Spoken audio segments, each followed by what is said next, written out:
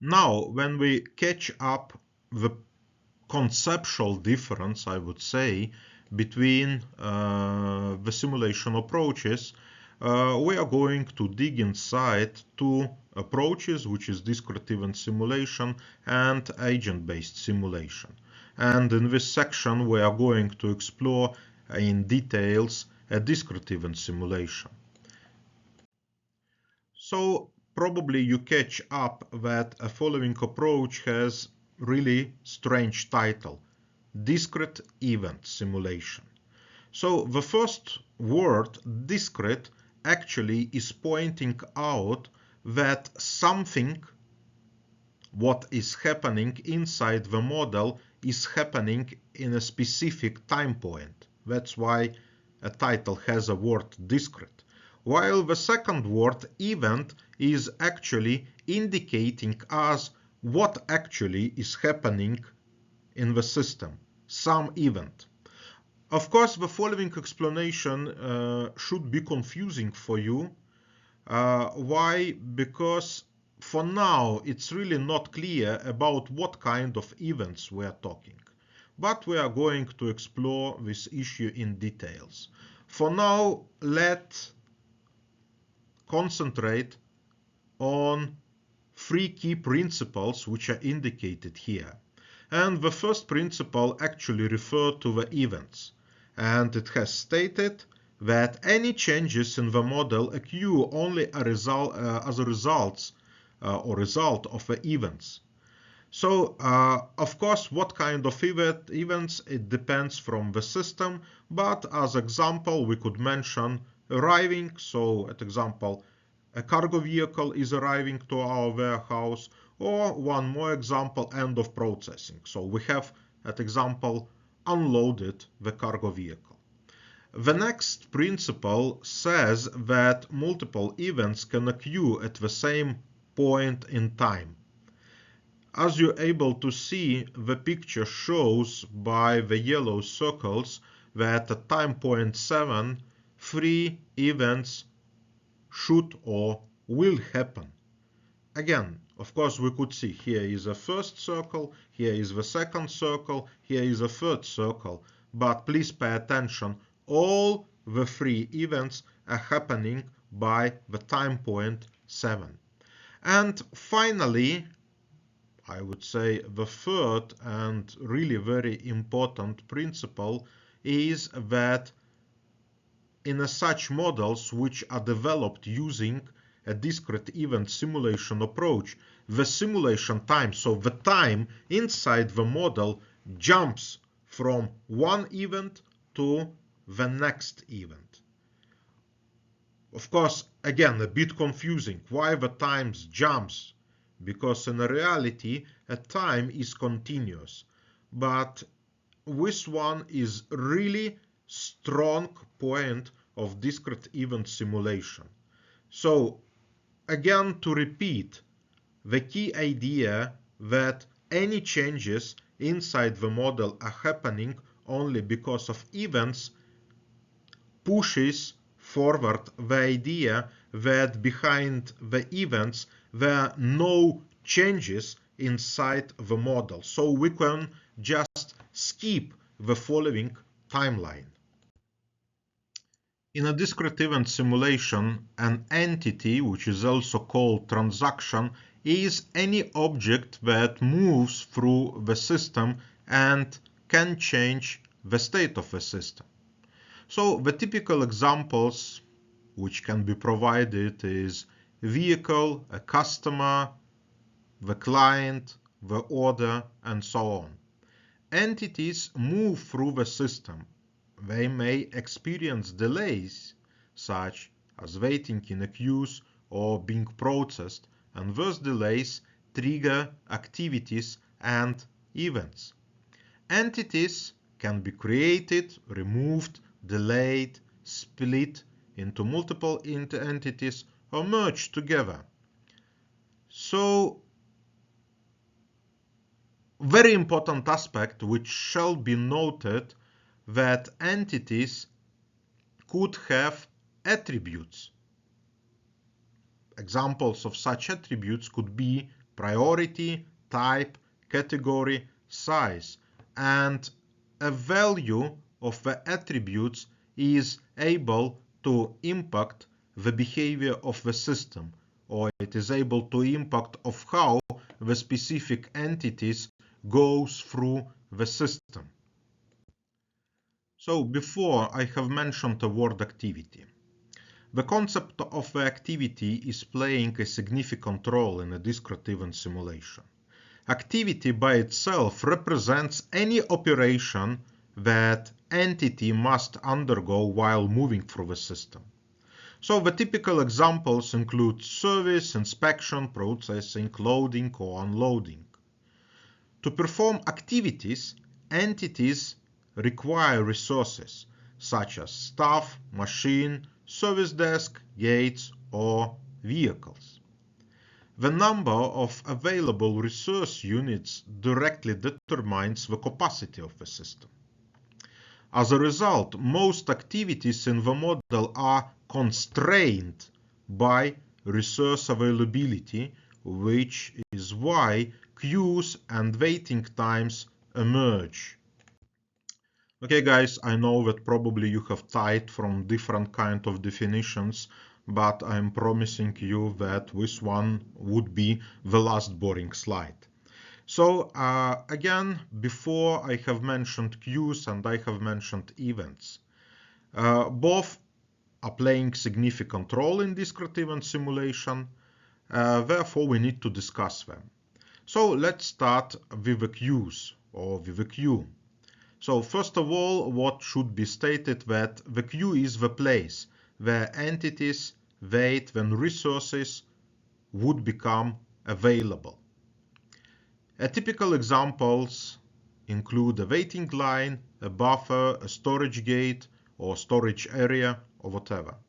Queues naturally emerge when demand exceeds available capacity, meaning more entities arrive when the system can process. And the next thing which we need to discuss here is the concept of event.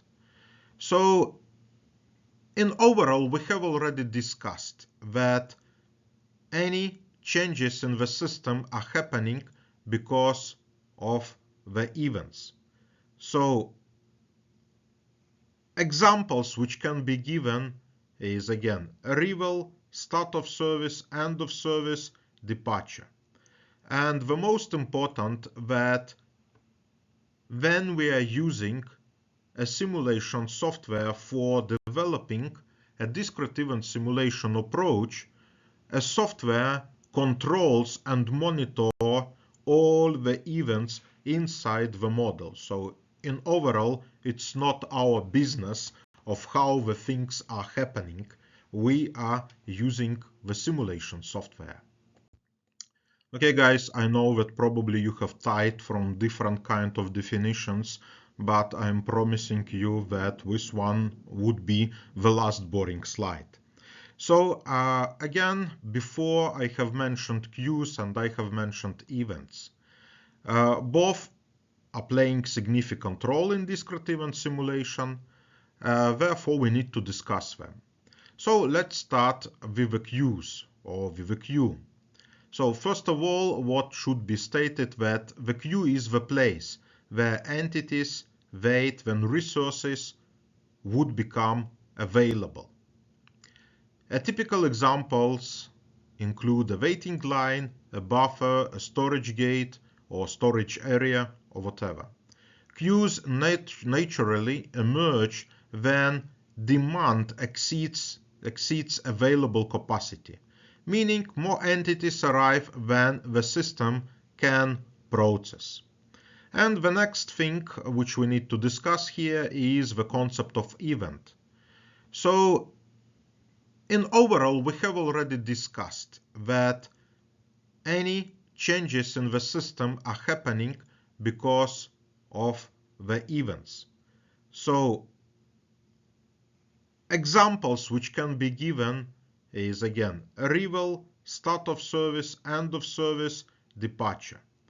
And the most important that when we are using a simulation software for developing a discrete event simulation approach, a software controls and monitors all the events inside the model. So in overall, it's not our business of how the things are happening.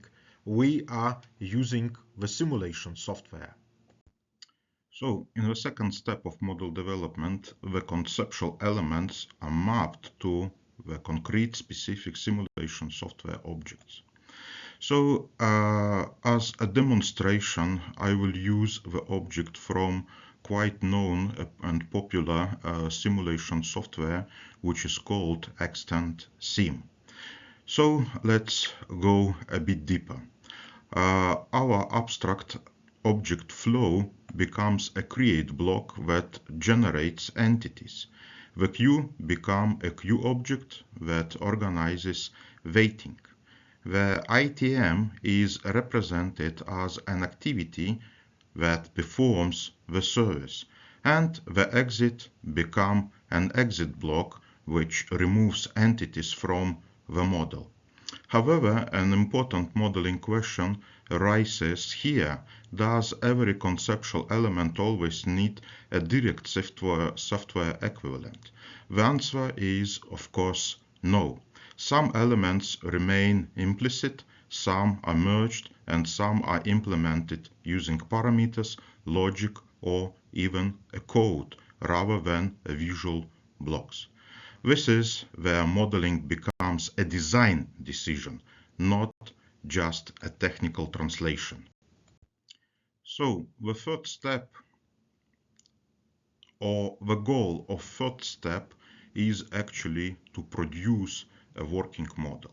So after step 2, what we have a set of software objects, but it's just a set. They are not describing the system. So after the third step, the model is no longer a collection of separate objects. It's become a working system. The create, queue, activity, and exit blocks are now linked together into a single logical structure which represents the process which is happening in the system. At this point, we can already observe model execution. Entities begin to move from the block, wait in the queues, use resources, and leave the system. This is the moment where the model becomes dynamic, not just a design, but a functioning representation of the real processes. So the final step is to finalize modeling development. We have a structure which is representing a process, but it's still only a skeleton. Now we need to move to parameterization. So we need to configure the behavior of each block. So starting with the first block, which is a create block, here we need to define how entities arriving into the system. So we have identified that a rival process is a random which is described by exponential distribution. So this one needs to be configured inside the software. The next block is a queue. So in this block we need to identify that entities are ordered, and in this case we need to set up that the ordering follows first in, first out approach. The activity block defines how long processing takes. Here, again, using our conceptual model, we are able to set up a normal distribution with specific parameters. So those parameters which we have just discussed are critical because they directly control system performance, waiting times, utilization, through output, and congestions. At this stage, the model becomes not only functional, but also relevant to real system. Okay, so here is our final result, meaning that animation which you see right now is actually a demonstration of how our model is working. So we have implemented very simple model, but in the same time, even such simple model are fully implementing the logic which we have just described, meaning that a create block generates entities which are represented by the green circle. So, and just to remind you that entity in our case is a person who would like to get a cache from cache machine.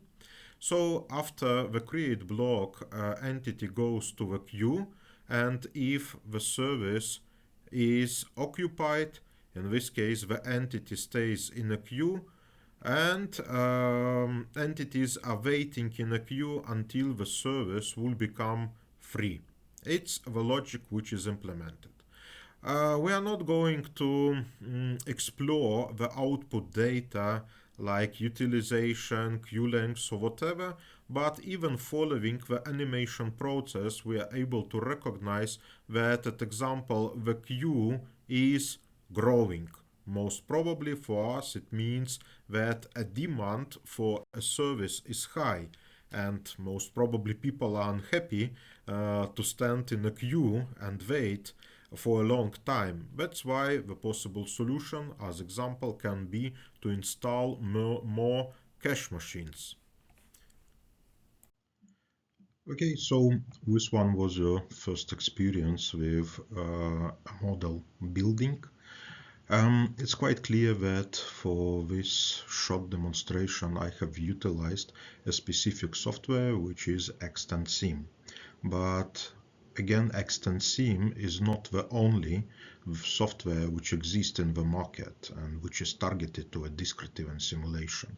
There are quite a lot of titles, and the following slide just demonstrates you the example of how model of the same system is implemented using XtendSim simulation software and AnyLogic simulation software.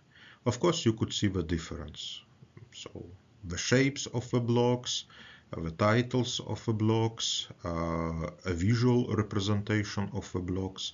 But if you would go deeper inside, you will catch up that the overall approach is still the same, meaning that we are utilizing some specific software blocks to represent identified items of a real-world system, and next we are linking them together to describe the process. So the key skill you are developing is not learning a specific software, but learning how to think in terms of systems, processes, entities, and events. The following slide summarizes the strengths and weaknesses of a discrete-event simulation. A discrete-event simulation is very strong for analyzing operational system. It visualizes processes clearly, models the reliability realistically, and provides detailed performance measures.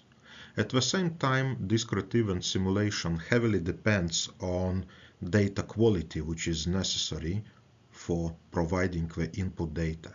It takes time to build a following model, as we need to utilize the software, we need to first of all develop conceptual model and so on. It is sensitive to assumptions we are making, which potentially could impact the final results. And finally, just as a key message, that too much detail or poor system boundaries can easily lead to misleading conclusions when we are analyzing the final results of a simulation.